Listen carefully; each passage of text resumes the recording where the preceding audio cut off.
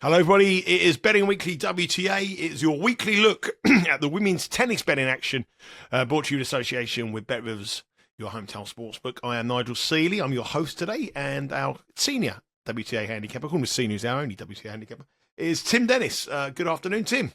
Hi, Nigel. Yeah, good to see you. Well, No, sore throat. I've had a sore throat for 2 days. I'm always ill at the moment. I've got a headache, sore throat. picked it up in France. Yeah, well, you don't really pick much of a cold up in your hotel room and just the fresh air, and it's only if you're mixing around in nightclubs and stuff like that. So no, I don't think I had it really. So I don't know where I picked it up from, but it's it's still there at the moment. A little bit croaky, but anyway, I sound like a bit like a young Rod Stewart, but I haven't got the same haircut. But there you go. Reached the second round already in Doha. The action starts tomorrow, and we have some matches that we're going to discuss. There's only 4 matches, but you've got to check out the BetRivers website, because as these matches are finishing today on Monday afternoon, they are going live on the BetRivers site. But at the time of recording, we only have a few matches to discuss, so we're going to sort of breeze past these and look at some others as well, which we haven't got the odds of, which we can look forward to as well. And I suppose the most important thing to remember is the conditions and also the timing of these matches. As we said in the preview show, the afternoon session is quite warm. Morning session, it gets very, very chilly in the afternoon. So it's very important to check out that all-important order of play before you get involved. What we're going to do here, run through the 4 matches, give you the conditions. Now, we've had a day's worth of action. We looked at the court speed in the preview show. Have we got it right? Is it about right? Is it quite quick? Yeah, I think certainly in the day it's on the quick side. Like I watched Linda Noskova this morning, or she would have been this afternoon local time, and she sort of she looked excellent in certainly what looked quickish conditions. But I mean, on the flip side of the coin, I watched Magdalena Lett and Sunny Cartel last night, and they started late afternoon over there, and they actually finished under the lights. But even in the late afternoon, I think Magdalena Lett she started the match wearing sort of leggings, so that kind of tells you the difference in temperatures. A pretty rare sight, and certainly come the end of the match, that was certainly just long rallies, just taking an age really, more like a clay court conditions than a quick fast court that they start on during the day. So as we spoke about on the preview show, you really want to keep an eye on the scheduling of these games. It makes such a key difference as to who you're betting and what players you're looking at, because I mean, if they're playing first on in the morning as opposed to last on in the late afternoon going into the evening, it's a massive difference. Yeah, that is definitely things to bear in mind here. And as we said on the show, it's really, really different. The conditions change very, very quickly. So make sure you check out the order play. As we are recording this, we do not know the order play, but one thing we do know is the time of the matches. Tomorrow's matches gets underway at 3 a.m. Eastern time. So you need to get across to the BetRivers app, download the app, and make sure you get across all these bets or any leans we have here, because the action starts nice and early. You'll find out the order of play a little bit later on today. Okay, let's crack on to the action. First of all, before we do that, we mentioned Noskova. She's our 50-1 pick. Looked really good today. Looked really good. Should be half the price that she was at the start now. Yeah, really good start for her. We're going to talk about her second round match a little bit later on, but she was a little bit rusty in that first set. I think she served a few double faults and quite a lot of unforced errors in that first set, but she came through it well enough without serving well or playing particularly well, and she was much better in the second, and she should be better. She should be even better going forward. So yeah, really positive start for her, and yeah, she should be half the price she was when we initially got her, and very so far so good. Now, our first match features our other tournament pick. It is Coco Gauff. We bet her at plus 650 before the tournament. She's up against my favourite tennis player of January, without a shadow of a doubt, Elisabetta Cocciaretto, our 50-1 winner earlier in the season. Coco Gauff is understandably a very, very heavy favourite. She's minus 1,000. Put $1,000 on to win 100 against Cocciaretto, who is 6-1. Spread here is 6.5. Total here is 18.5. There's about 40 different markets available on the BetRivers website. And when you do place a bet, you'll have the option to live stream this match. You can live stream this match involving the American up against the Italian. We look at the head-to-head, 3-0. All easy, well, not they're relatively easy wins for Coco Gauff. She did win them all in straight sets, I believe, but they weren't all like big sets. A couple of tie breaks, a couple of 7-5s, and one tie break, 1-7-5. But she did win the last time they met very convincingly in the French Open. She won 6-1, 6-2. I think this whole match is on Coco Gauff's racket. If she serves well, she wins comfortably, but she does give a lot of cheaper points away, which was my concern when we gave her as a pick at plus 650. But what do you think of this one? Yeah, we're going to sound a bit like a broken record here. We're going to talk about conditions a lot in probably all of these matches. And I think as far as Cocciaretto goes, she probably hoping this is perhaps first on court match, and Gauff might be hoping it's a little bit later. Gauff actually lost her first round match here last year to Kostyuk, and you'd like to think Cocciaretto is a little bit of an easier assignment than Kostyuk. But she leads the head-to-head, like you've mentioned there. I mean, she's won the most two recent ones, being in France and in Dubai. She was a little bit more competitive in the one in Dubai. I think it was 113 to 87 service points won and return points won, as opposed to 121.79 for the game on the clay there. And she was competitive in that second set, just going down 7-5, having lost the first 6-1. Cocciaretto, she's actually pretty fortunate to be here. She's actually already lost in qualies, and she got in as a lucky loser, and she went on and won her second match, because I think she lost in qualies to Varvara Gracheva, who's another player we'll speak about later. She's now ranked 51 in the world, having been at a career high of 29 in 2023. But she obviously had an excellent start to the season, winning that title in Hobart, which you will fondly remember, Nigel, for years to come, I'd imagine. Just dropping the just dropping the one set in the 7 matches there. Probably a little bit disappointed to lose in the first round of the Australian Open, but I think you can probably forgive her that, having won that title the week before. Like I mentioned, she's in here as a lucky loser, but she did beat Elsa Giacomo 7-6, 6-2 in her first round match to sort of get to this position to face Gauff. Gauff, she was a little bit in and out in Australia, wasn't she? She obviously won in straight sets over Swiatek at the United Cup, and she beat Bencic as well. But no, sorry, she lost to Bencic and Buzas Monero, and she was extremely disappointing in that last match we saw when she played Svitolina, having looked to sort of have a reasonable run there. But apart from, she did also drop sets to Baptiste on the run up there. But I mean, she did look pretty good against Mukova in the round before. So Gauff is the kind of player that gives you a chance. I looked through her matches after she's played in a Grand Slam, and I think she's won 5 and lost 3 in the last 2 seasons. Obviously, I mentioned she lost to Kostyuk here. She's also lost to Siniakova. She lost to Wang 3-6, 3-6 after Wimbledon, I think it was. She beat Diana Collins, in 3 sets in a tricky sort of competitive match. So I think she does give you the chance, Gauff. And again, I am sort of conditions based. I think if this is in a day, I do quite like the 6.5 spread for Cocciaretto at -125. If it's in the night, again, that might be a little bit of a question mark. So do keep an eye on when this match is scheduled. But I think with Gauff giving you an opportunity and perhaps coming back off that break after Grand Slam, I think Cocciaretto having a free hit, sort of being here, having already lost a match, I think +6.5, I think -125, or the totals there, whether you want to play the over 18.5, -113, look probably a little bit of a good way to go. Whether Gauff can come out and play a clean match first time back after such a disappointing effort against Svitolina here in a different continent is yet to be seen. One thing we never touched about was the weather conditions. The weather is pretty pleasant during the day, then obviously it drops down. Obviously, the weather is around about 80 degrees, but no wind. Usually, it's quite windy in Doha. Usually a bit of wind around, but the wind is pretty low, which is probably good for not good for Gauff, because the more wind, the more that serve is under pressure as well. So she's a heavy favourite, the American, -1,000. You've got to be very brave to take that kind of odds on the money line. If you plan on the accumulators or the app parlays, that's great. But I quite like the over 18.5 here as well, because Gauff does give you opportunities, and I think that could be a play as well as the 6.5. But do check out those schedules. As Tim said, it's very, very important. Our second match involves 2 WTA veterans. One of them's only 30, and one is 28. So what does that make us? But veterans on the women's circuit. Elise Mertens up against Daria Kasatkina, who's now an Australian player. Mertens had a good year, start to the year. She did really well at the United Cup, got beat by an informed Bencic, and then she got beat by Rybakina in the last 16 at the Australian Open, who went on to win the tournament.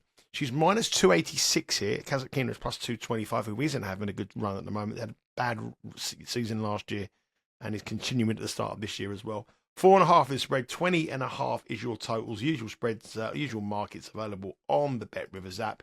And if we're looking at the head-to-head record here, it is Kasatkina who comes in with a bit of a positive move because they played 8 times before and she's won 6 of them. The last time Mertens beat her was back in 2023 in Miami, and she also beat her in 2017 in New Haven. But the recent meeting was last year in Montreal, but Kasatkina won very easy, 6-4, 6-2 in round 1. And if we look at that match in round 1, what price do you reckon? I don't know if you've got the odds there. What price do you reckon Kasatkina was for that match? I did have a look at these matches last night as far as prices go. I think Kasatkina has been favourite for, I think, 5 of the last 7. She was minus $2 last year to win this match. She won it in straight sets, and today she's plus 225. Yeah, it just kind of tells you where these two are going. I think in that she leads the last 5 they've played, she leads 4-1. And looking back at those most recent matches dating back to 2021, all of those are coming outdoor hard. Just as you mentioned with those, she started 4 of those matches favourite, the ones I looked at, but in that time she was at a career ranking of a high of number 8 and no lower than number 9 between 2022 and 2025 when those matches were played. But she's now down at 62, having really struggled for the past 12 months. Merton was ranked between 29 and 20 during the same period, but she's now up at 19, having had a really good Australian swing, only losing out to Rybakina in the last 16 with victories over Gracheva and Mboka at the United Cup, and a really close 3-set loss to Bencic. So you can sort of see Mertens is probably playing some of the best tennis of her life, and Kasatkina is trying to find some form again, having sort of really dropped from like a top 10 player to, like I said, 62 now, I think she is. Mertens was a real solid, reliable self here against Pavlyuchenkova, losing just the 3 games on Sunday, whereas Kasatkina had to come from a set down to beat Ukajima, taking that 3rd set 6-love. I think for Kasatkina, she'll be hoping this is a night match. I think the slower conditions will probably benefit her, whereas I think Mertens, if she probably won't really be as fast as Kasatkina is, but I think if she had the choice, she'd like to play during the day, because I think that'll probably not help Kasatkina as much as it may well help her. She's won only 2 of her last 9 matches, Kasatkina, and the last time she beat a player ranked inside the top 50 was back in October 2024 when she beat McCartney Kessler in Tokyo. So that's just sort of tells you how far she's fallen, Kasatkina. Whether she can take some heart from winning that 3rd set 6-love, and who knows, this could be the start of her finding a bit of form and actually getting back on track. But I think I'm yet to believe it, and I think at the moment I like Mertens on the spread here, -4.5 at -107. I just see her playing the far more confident tennis, having far more belief in her game, and I'd be, if this is a day match, I'd be even stronger on that -107. I think I'd still fancy it no matter when this match is played, but I think if this is in the daytime, I think that would be an even stronger bet. So first official play of the rounds for me would be Mertens -4.5 games at -107. Yep, big move in the betting from the last match to the current match in favour of Mertens, and Tim believes it's the right move. He wants to get with the Belgian -4.5 against an out of form and out of sorts Daria Kasatkina. Let's move on to our next match, and it involves the Australian Open champion, Elena Rybakina. She's only lost 1 match this year against Karolina Muchova, up against Xinyu Wang. This is an opponent that has never given her any problems before. They played twice before. Both straight sets wins for Rybakina. One of them was last year at Strasbourg. She won 6-1, 6-3 on the clay.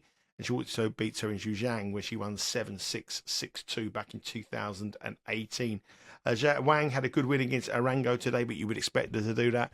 And this will be Rybakina's first match since she was crowned the Australian Open champion with that epic win over Sabalenka. No surprise to see the Australian Open champion as the heavy favourite here. She is -1,200.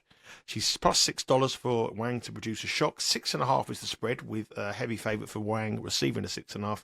And the total here is 18.5, with under a quite a heavy favourite at -150. You might want to go down to under 17.5 if you want to get with Rybakina on a better line. I suppose this is all about really how if she's up for it. She's just won the major. She's had a long, she's brilliant end of last season. There is a dip when players win majors. They don't necessarily go on and do that the next tournament. They sort of build themselves up. She probably wants to get herself ready for Indian Wells and Miami and the debt in Dubai, and then come into back into over here for the French Open. But I don't know if Qatar will be high on the list of priorities, even though it's at 1,000 event. And I think that's the question mark you've got here, whether she's going to go all at it. If this was a Grand Slam, you'd be very heavily, you'd be very confident to take the -6.5. But what's your thought process here? Yeah, I think that's a good point you make there. I saw one of her interviews, I think it was yesterday. She said she obviously had a little bit of a celebration with her team and family. And I think she mentioned she's had a bit of a cold, so she missed a few days. So whether that's going to bother her, we'll have to see. This is obviously her first match back after winning that title. And looking at her first matches after Grand Slams in the past 2 seasons, so 8 of those matches, she's won 5 and she's lost 3 of them. And I think 7 out of the 8, you would have cashed the over 21.5 on them. I think she beat Danielle Collins in 3 sets. She beat Veronika Kudermetova 6-4, 7-5, lost to Leylah Fernandez, lost to Qinwen Zheng, beat Katie Volnets in 3 sets. She beat Boko 6-3, 7-5, and then lost to Katie McNally as well. The only one she's won cleanly was her first round match at Queen's after Roland Garros, where she beat world number 162 Heather Watson 6-4, 6-2 fairly comfortably. I was actually there that day, and that was kind of fully expected for Rybakina. So, like I said, just one of those 8 matches she's won in under 21.5 games. So, I mean, that immediately sort of leans you here to the over 18.5 games, or the 6.5 spread on Wang. Obviously, she was excellent, hasn't she? Been Rybakina since pretty much the Asian swing last year, coming through the tour finals, and then all the way through this year, just losing the 1 match to Mukova. Wang started her season well. She got to the final in Auckland before losing to Svitolina, and the last 16 of the Australian Open. I think she beat Ostapenko and Linda Noskova on the way. Noskova, a kind of player who plays a similar sort of style to Rybakina, likes the quick conditions, fast, aggressive tennis. Even though Rybakina has sort of taken care of Wang pretty cleanly here, I think looking at those matches with Rybakina coming back from a Grand Slam and having obviously won this one, maybe I might not be completely on the ball here. So I do like the look of the over 18.5 total games here. I think there's 2 ways of getting it, a bit like we mentioned with the previous match, whether it's the spread or the over total games. I think Rybakina in the past, perhaps she's a different player now, but looking at the stats, and I think that's what we have to do here, I think she might give Wang the odd chance here, hitting a few unforced errors, perhaps not playing as cleanly as we saw at the back end of the Australian Open, and maybe focus might just be a little off here to start the tournament. I fully expect her to come through, as those odds suggest she should, but I think you might just go a little bit longer here. So I think the over 18.5 might be a good way to go here at plus money. Just a little bit of the notes here. Rybakina has never been ranked number 1 or number 2 in the world, which I find that quite incredible. It's just, multiple major champion, never been number 1 or number 2 in the world. She's highest career rank is 3, where she currently is. But if she can do better than Iga Swiatek this week, I believe she can go number 2 in the world. So that might be a little bit of incentive for her, and want to put some pressure on Sabalenka throughout the year to challenge the clearly world number 1 in the world on the ranking points. But that might be a little bit of incentive for her today. But Tim believes the over 18.5 is the way to go. Remember, we've got February Fun Bet, tennis, soccer, basketball, whatever your sport you're following right now. Bet on it with February Fun Bet. Betting Weekly and BetRivers are teamed up to give you a $10 bonus bet at BetRivers when you enter the bonus code BW201. That code again is BW201. Offer expires on February the 15th. You must be 21 or over. Eligible players only. Gambling problem, call 1-800-GAMBLER. And that is February Fun Bet, which is a $10 bonus bet by entering the code BW201. Our next game and our final game is a match between our pick. We've mentioned at the top of the show, Linda Noskova, who's playing some great tennis at the moment and looked really good today. She's minus 450 to beat Varvara Gracheva. The spread is 4.5. Total here is 20.5.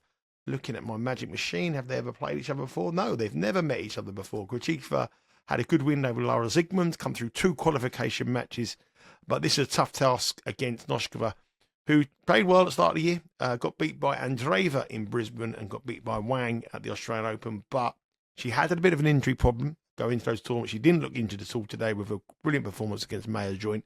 And confidence will be sky high on Noskova because she's up to a career high in the world rankings as well. Look, moving in the right direction if you want to get the check. Yeah, Noskova, she had an excellent sort of mid-leaf swing last year. I think she lost here in the last 16 to Swiatek, having taken the first set there, so lost in 3 sets. She made the quarters in Dubai and the semis in Abu Dhabi, so she clearly likes this part of the world. Gracheva, 3 matches already here, 2 in qualies, and came through a long 2-set match against Siegman yesterday, 7-6, 6-4.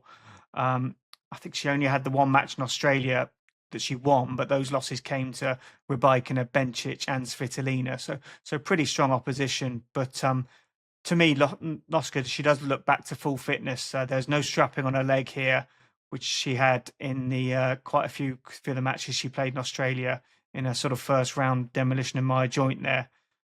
She was like I mentioned at the start of the show, a little bit rusty in that first set. I think she had 18 unforced errors, served 4 double faults in that first set. And her first serve percentage was just 47%, but she was excellent in the second set. She managed to increase that first serve percentage up to 65. I think she won 71% of all the points in that second set to take it 6 loves. So really impressive from here. I think, again, scheduling will play a bit of a part. I think if she gets the choice, Noskova would like it in the day, perhaps Gracheva the night. So keep an eye on the scheduling, but I think Noskova should have too many weapons here. Like I said, she goes really well in this part of the world, and I'd be shocked if Gracheva can kind of lay a glove on here, even though hasn't dropped a set in those 3 games she's played already here. But I just see Noskova having too many weapons, improving from today's match, even though she took that second set 6 love. And I think the under 20.5 at -110 looks a pretty good way to go here. I think she should be looking to keep going in this part of the world, which she likes, and get rid of Gracheva here reasonably quickly. I think if I'd be, again, as I've mentioned, I'll be keener if this is a day match. Faster conditions definitely play to her benefit with that decent serve she's got, which she used to affect in the second set today after a bit of rustiness in the first. So I'd be certainly hopeful that our outright should be getting through to the next round again, and hopefully she can do it in comfortably under 20.5 games for us here. So they are the 4 matches that we have covered at this moment in time. Head across to the BetRivers website. They will have loads more as the evening goes on with a whole host of fresh markets as well. Is it just one official player? We've got 2 official players. Yeah, I think we're just going to have the one official player. I think a couple of them are going to have to be leans. So I think we'll be leaning on the Cocciaretto match. I think that the one official play for me would be Mertens -4.5 games at -107 against Daria Kazatkina.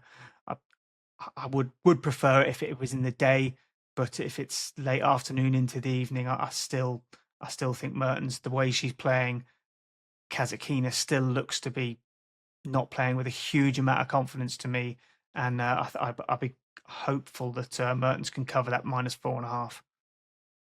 Just 2 interesting matches I just want to cover as well on the round 2. I know we haven't got any odds yet, but they will be coming up in the next hour or so. I think these are quite interesting. They're 2 matches against 2 ladies from the same country. We've got Yastremska up against Svitolina. Svitolina's been in absolutely incredible form. Player who could go deep in this tournament this week. She's played 10 matches this year and only lost 1, and that was against the world number 1 Sabalenka at the Aussie Open. Any early thoughts on that one? I mean, Yastremska, I watched her play a bit of Kristina Bukska today. I think she won the first set fairly well. She was heading to win the first set comfortably, had to take it 6-4 in the end. And then I think they traded, I think there was 8 breaks of serves in a row. And Bukska is certainly not the strongest of servers. So she can go from the sort of sublime to ridiculous Yastremska. And whether she's playing great or not, she can certainly give you a chance. You'd imagine Svitolina will come here and her game will be too clean for Yastremska, but we'll have to keep an eye on when it's scheduled and what the odds are. But I think Svitolina should just probably she'll be a minus money favourite, that's for sure. And you'd imagine she's just her game will be too clean for Yastremska to play well over 3 sets. Yeah, certainly be minus money favourite. She leads the head-to-head 1-0. And one other game, which I think is probably the most interesting match of the women's second round, and I'm eager to see the odds on this one. It's Karolina Mukova up against Teresa Vanantova. Vanantova's had a brilliant win this morning against an informed Ilya. And they're two Czech players who I think Vanantova will be challenging Mukova at the top end of the betting in terms of top Czech players. She's the number 2 Czech player in the world, Mukova, now behind Noskova. And Teresa Vanantova was my pick to player to follow this year. I said she'd be a seedy player, top 32 in the world by the time the French Open come. Well, she's up to 39 in the world currently on the world rankings. And a win here could take her very close to the top 32 in the world already. I think this could be a lot closer than any odds suggest here. I would be guessing that Mukova will be about minus $2, minus 220, something like that. But I think this will be a tough test for Mukova here. Yeah, I'm sure they've hit together, these two, obviously being from the same part of the world. Mukova came through against Christian. I think we spoke about that. They met in the Australia, and I think we spoke about Mukova had such a good record against Christian, but Christian actually sort of outperformed herself, taking I think she lost her 7-6, one of the sets there in Australia, and Mukova, I think it was much cleaner yesterday. I think it was 6-3, 6-2. She played some pretty decent tennis, but Vanantova, she'll be confident here. Like you said, she had a nice win today against Ayala. She should be, she'll know the kind of game Mukova possesses, having practiced together plenty. So she's probably coming here with nothing to lose, and a lot of pressure on the Czech number 2 shoulders there. Mukova, she'll be expected to win, but Vanantova will be confidently giving her a game the form she's in, won't she? Yeah, all those odds will be on the BetRivers app later on. Remember, February fun bet, tennis, soccer, basketball, whatever your sport. Obviously, no NFL at the moment after the Super Bowl yesterday. Congratulations to Seahawks bettors. You're following right now. Bet it with February fun bet. Betting Weekly and BetRivers have teamed up to give you a $10 bonus bet at BetRivers when you enter the bonus code BW201. That code again, BW201. Offer expires on February the 15th. Must be 21. Eligible players only. Gambling problem? Call 1-800-GAMBLER. Also, tomorrow I'll be joined by Sean Calvert, who is over in Rotterdam for the men's tournament there. You can follow him over on our socials at Because We Win for another game bet match. Again, on a Wednesday game bet match as well. And Tim, hopefully, will be giving you some stuff on the Instagram account later in the week when Noskova or Coco Gauff is through to the latter stages. Tim, thanks for your time, mate, and good luck with your bets for tomorrow. Have a good day, and we'll catch up with you all again on Saturday. Where are we going next week for the women's tour? Where are we going? I think we're staying in the same part of the world, Dubai, next week. Yep, good old Dubai. Looking forward to that one. Yeah, a big tour? We got Sabalenka in action? Yeah, Sabalenka's meant to return there. Yeah, another Masters 1000. So, yeah, another big tournament. And she, at the moment, is scheduled to be here. So, as are, I think, a lot of the players playing this week as well. So, yeah, another Masters 1000 and a similar event to this to look forward to. Yep, the American football NFL season might be over, but the betting action here on Betting Weekly, WTA never stops. Tournaments are coming fast and furious, and we have 2 1000s back to back. Good luck with your bets, and we'll speak to you all again tomorrow on Betting Weekly Game Bet Match. Have a good day.